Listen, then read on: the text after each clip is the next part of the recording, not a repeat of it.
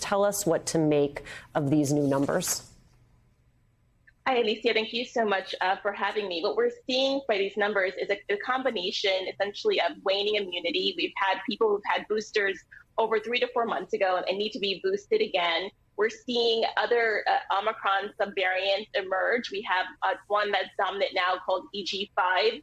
Another one called B286 is on the horizon and has shown lots of high mutations. And then also we've had uncharacteristically warm weather. People are indoors more. We've had schools starting. So it's sort of the perfect storm, all lending to an increase in COVID cases and unfortunately hospitalizations as well. And so for people who are watching, who are concerned about that numbers, your counsel, as always.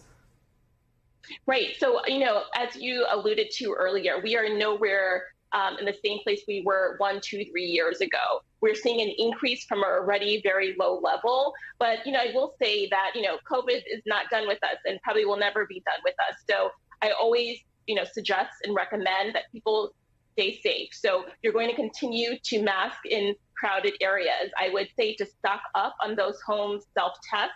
Make sure you have them around. And I think there's going to be a change from the norms that we had before the pandemic. If you're feeling sick, do not go to school, do not go to work. Stay home if you're not feeling well, because again, we're seeing these increases. We don't think that they will ever peak to levels that we've seen before. We want to make sure that we are keeping our most vulnerable safe. So those people who are immunocompromised or people who are elderly, those are the people that we need to worry about. And we know that this booster will be approved hopefully sometime in the next 1 to 2 weeks. And those are the populations that are most likely for the booster to be recommended for by the CDC Advisory Committee. You beat me to it. Let's talk about this new booster. Who are they recommending gets it? It's my understanding not everyone is eligible. What are you telling folks about this booster? Right. Yeah, so it's interesting. There's a lot of debate, and we'll see, I believe it's on Tuesday, the CDC Advisory Committee is going to be meeting to discuss who are the groups that should get this booster. Previously, we thought that everyone should be boosted, and now that's not so clear from the data.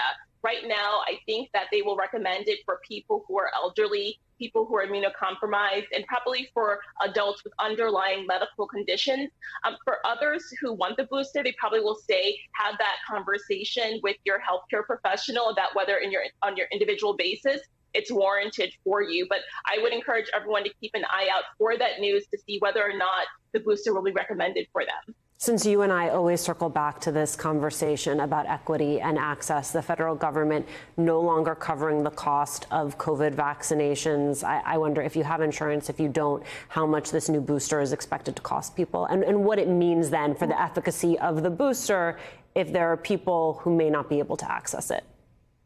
Right. So, so when the public health emergency ended a few months ago, what happened was the vaccines were no longer at no cost to the public. And so people who have health insurance, like under the ACA, if you have private health insurance, you are going to be covered. If you have public health insurance, you are going to be covered. But if you are uninsured, you may not be covered. And so, we need to figure out exactly what the costs are going to be. We don't know yet. Fortunately, most local state departments of public health probably will be able to give out that vaccine, that booster at no cost, but it remains to be seen what that cost will be. And yes, in terms of equity, it's like, have we learned anything, right? Have we learned anything from this pandemic that we need to make sure that the most vulnerable, the most marginalized have access to the basics, and the vaccine is one of those things.